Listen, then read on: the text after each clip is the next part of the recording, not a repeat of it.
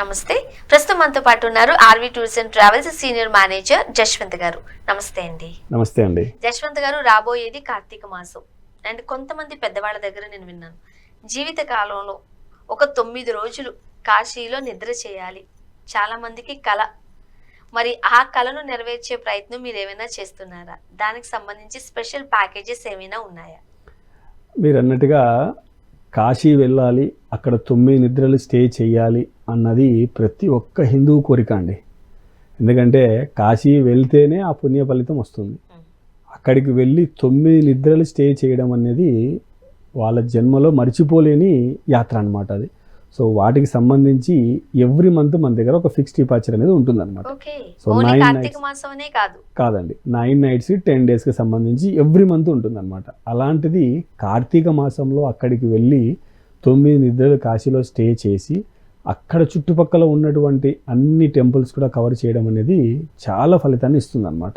So అందుకు కాబట్టి కార్తీక మాసంలో మనం ఈ 9 nights 10 days ప్రోగ్రామ్ అనేది రన్ చేయడం జరుగుతుంది. అలాగే కార్తీక పౌర్ణమి రోజు మనం కాశీలోనే ఉంటాము. సో ఆ రోజు అక్కడ చేయాల్సినటువంటి స్నానాలు, పూజా కార్యక్రమాలు, వాటికి సంబంధించి పూర్తి రోజు మనం కేటాయించడం జరుగుతుంది అనమాట.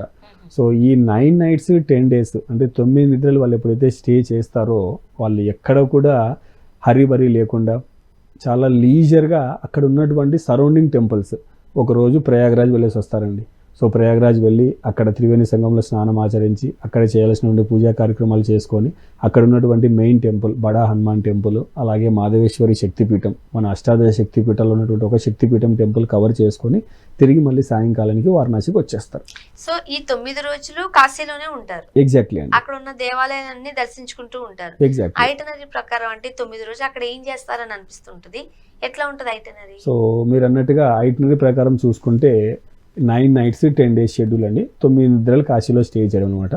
సో మొదటి రోజు మనం ఉన్నటువంటి డెస్టినేషన్ నుంచి వారణాసికి రీచ్ అవుతాం. సో జర్నీ చేసి వస్తారు కాబట్టి ఆ రోజు అక్కడికి వెళ్ళి రిలాక్స్గా రెస్ట్ తీసుకుంటారు. సో నెక్స్ట్ డే నుంచి మన టూర్ అనేది స్టార్ట్ అవుతుంది అనమాట. సో సెకండ్ డే ఫస్ట్ మనం వచ్చేసి ప్రయాగ్రాజ్ వెళ్ళేసేసి బ్యాక్ వచ్చేస్తాం. సో మూడో రోజు కాశీలో ఉన్నటువంటి మెయిన్ టెంపుల్స్ ఏవైతే కాల్భైరవ టెంపుల్, దుర్గా టెంపుల్, గవలమ్మ టెంపుల్, తులసి మానస మందిరు, సంకటమోచన హనుమాన్ మందిరు, బిర్లా మందిరు, అలాగే వ్యాసకాశి, సారనాథ్, ఏవైతే కాశీలో ఉన్నటువంటి మెయిన్ టెంపుల్స్ లోకల్గా ఉన్నాయో వాటన్నిటిని కూడా కవర్ చేయడానికి ఒక రోజు మొత్తం కేటాయిస్తాం అనమాట. సో 4వ రోజు మన కార్తీక పౌర్ణమికి సంబంధించి ఏదైతే డే ఉంటుందో ఆ డే గురించి మనం పూర్తిగా రెస్ట్ ఇచ్చేస్తాం. సో దాని తర్వాత రోజు మనం ఒక రోజు వచ్చేసేసి పక్కనే ఉన్నటువంటి సీతామఢి, వింధ్యాచల్ అండి. సో వింధ్యాచల్ వెళ్ళి వింధ్యావాహిని అమ్మవారి టెంపుల్, సీతామఢి, సీతామాత ఎప్పుడైతే చివరిగా భూమిలోకి కుంగిపోయినటువంటి ప్రదేశం ఉందో అక్కడ ఉన్నటువంటి టెంపుల్స్ కవర్ చేసుకొని చేసి తిరిగి మళ్ళీ బ్యాక్ మనం వచ్చేస్తాం. సో ఈ విధంగా 5th డే అనేది మనకు కంప్లీట్ అవుతుంది అనమాట. ఒక డే పూర్తిగా కాశీలో రెస్ట్ ఇచ్చేస్తామండి. ఎందుకంటే అక్కడ చేయాల్సినటువంటి పిండ ప్రధాన కార్యక్రమాలు, తర్వాత అక్కడ చూడాల్సినటువంటి గంగా హారతి, తర్వాత కాశీలో చేయాల్సినటువంటి పుణ్య స్నానాలు ఉంటాయన్నమాట. 5 ఘాట్లలో స్నానం చేసేది ఉంటుంది. సో వాటికి సంబంధించి ఒక ఫుల్ డే అనేది మనం అక్కడ ఇచ్చేస్తాం. దాని తర్వాత రోజు ఒక రోజు మనం పక్కన ఉన్నటువంటి అయోధ్యకి వెళ్ళేసి వస్తాం. సో అయోధ్య వెళ్ళి రామ మందిరము, అలాగే హనుమాన్ గడి, సరయూ నది, ఈ 3 మెయిన్ ప్లేసెస్ చూసుకొని మళ్ళీ తిరిగి సాయంకాలానికంతా మనం వారణాసి వచ్చేస్తాం. ఏదైనా సరే ఉదయం బయలుదేరుతాము, సాయంత్రానికి అయితే మాత్రం కాశీ వచ్చేస్తాం, వారణాసికి వచ్చేస్తాం. సో ఈ విధంగా మళ్ళీ ఒక రోజు రెస్ట్ తీసుకొనేసేసి దాని తర్వాత మనం గయా వెళ్తామండి. సో ఈ గయా వెళ్ళేది కొద్దిగా లాంగ్ జర్నీ ఉంటుంది అనమాట. అర్లీ అవర్స్లోనే స్టార్ట్ అవ్వాల్సి ఉంటుంది. సో అర్లీ మార్నింగ్ స్టార్ట్ అయ్యి గయా వెళ్ళి అక్కడ చేయాల్సినటువంటి పిండ ప్రధాన కార్యక్రమాలు, అక్కడ ఉన్నటువంటి అష్టాదశ శక్తిపీఠాల్లో ఒక శక్తిపీఠమైనటువంటి మంగళగౌరి టెంపుల్, అలాగే బుద్ధగయకి వచ్చి బుద్ధగయలో ఉన్నటువంటి మెయిన్ టెంపుల్ ఎక్కడైతే బుద్ధుడికి జ్ఞానోదయం జరిగిందో ఆ టెంపుల్ కూడా కవర్ చేసుకొని తిరిగి సాయంకాలానికంతా మనం బ్యాక్ వచ్చేస్తాం. సో ఈ విధంగా 9 రోజులు ఎక్కడ హరిబరి లేకుండా వాళ్ళు చూడాల్సినటువంటి అన్ని టెంపుల్స్, ఆ చుట్టుపక్కల ఉన్న అన్ని టెంపుల్స్ని కవర్ అయ్యేలాగా, ఎక్కడా వాళ్ళకు బోరు కొట్టకుండా ఖాళీగా ఉన్నామన్న ఫీలింగ్ లేకుండా ఈ టెంపుల్స్ అన్నీ కూడా కవర్ చేసుకుంటూ కాశీలో 9 నిద్రలు స్టే చేసి 10వ రోజు ఉదయం తర్వాత మన ఫ్లైట్ అనేది ఉంటుంది అనమాట. సో మన ఫ్లైట్ టైం ప్రకారం రిటర్న్ అనేది ఉంటుంది. సో ఈ 9 నిద్రలు కాశీలో వాళ్ళు స్టే చేసేటప్పుడు వాళ్ళతో పాటు 2 మేనేజర్స్ ఉంటారండి. ప్రతిరోజు బ్రేక్ఫాస్ట్, లంచ్, డిన్నర్ కంప్లీట్గా మన సౌత్ ఇండియన్ ఫుడ్ ఉంటుందన్నమాట. సో అక్కడ వాళ్ళు ఏ హోటల్ అయితే స్టే చేస్తారో 9 nights ఒకే హోటల్లోనే ఉంటారు. సో వాళ్ళకి కావాల్సినటువంటి అన్ని ఫెసిలిటీస్, హోటల్ కానివ్వండి, అలాగే ఫుడ్ కానివ్వండి, వాళ్ళు బయట వెళ్తున్నప్పుడు వెహికల్స్ కానివ్వండి, కాశీలో లోకల్గా సైట్ సీయింగ్కి ఎప్పుడైతే వెళ్తామో ఎక్కడికైతే మనకు వెహికల్స్కి అలౌడ్ ఉంటుందో అక్కడ దాకా మనం వెహికల్స్ అరేంజ్ చేస్తాము. ఎక్కడైతే మనం నడిచి వెళ్ళాలో, ఎక్కడైతే మనం బ్యాటరీ ఆటోస్ తీసుకోవాలో వాటి గురించి ముందుగానే ఇన్ఫర్మేషన్ ఇచ్చి వాటిని కూడా ప్రీ ప్లాన్డ్గా అరేంజ్ చేసి ఎక్కడ కూడా కస్టమర్స్కి ఇబ్బంది లేకుండా ఆ 10 రోజుల యాత్ర చాలా ఈజీగా 9 nights కాశీలో స్టే చేసి రిటర్న్ వెళ్ళిపోయాము అన్న ఫీలింగ్ వాళ్ళకి కలగజేయడం జరుగుతుంది అన్నమాట. సాధారణంగా మనం టూర్స్కి వెళ్తున్నప్పుడు ఒక్కొక్క ప్లేస్ లో ఒక్కొక్క నైట్ ఉండాల్సి వస్తుంది, అది డిఫరెంట్ ఎక్స్పీరియన్స్. బట్ ఒక 10 రోజులు అదే మన ఇల్లు అనుకోవాలి, ఎగ్జాక్ట్లీ, అదే మన ప్రపంచం అనుకోవాలి. కాబట్టి కాస్త ఫ్లెక్సిబుల్ గా ఉండాలి, మనకు నచ్చాలి ఆ ప్లేస్ కావచ్చు, ఆ ఫుడ్ కావచ్చు. ఎందుకంటే 2 రోజులు బాగానే ఉంటుంది, 3వ రోజు నుంచి మన ఆవకాయి మన పప్పు తింటే తప్ప మనకి తెల్లారదేమన్న పరిస్థితికి వచ్చేస్తాం మనం సాధారణంగా. సో ఎలాంటి జాగ్రత్తలు తీసుకుంటారు? బికాజ్ కొంచెం పెద్దవాళ్ళు ఎక్కువ ఇంట్రెస్ట్ చూపిస్తూ ఉంటారండి ఇలాంటి టూర్స్ కి కదా, ప్లాన్ చేసుకుంటూ సో ఉంటారు. మీరు అన్నట్టుగా ఫుడ్ గురించి అండి. సో 10 రోజులు మనం అక్కడ స్టే చేస్తున్నాం అంటే ఫుడ్ చాలా జాగ్రత్తగా చూసుకోవాలి. ఎందుకంటే 10 రోజులు ఎవరు ఎక్కడ సిక్ అవ్వకుండా అవును. వాళ్ళకి కావాల్సినటువంటి ఫుడ్ అంతా కూడా జాగ్రత్తగా మనం అరేంజ్ చేసుకోవాలి. సో వీటన్నిటిని చూసుకోవడానికి మనం ముందుగా డిస్కస్ చేసినట్టుగా ప్రతి గ్రూప్తో, అంటే ప్రతి గ్రూప్లో ఒక 40 మంది ఉంటారండి. సో ఈ 40 మందికి కాను 2 టూర్ మేనేజర్లు ఉంటారు, ఒక సీనియర్ ఉంటారు, ఒక జూనియర్ ఉంటారు అనమాట.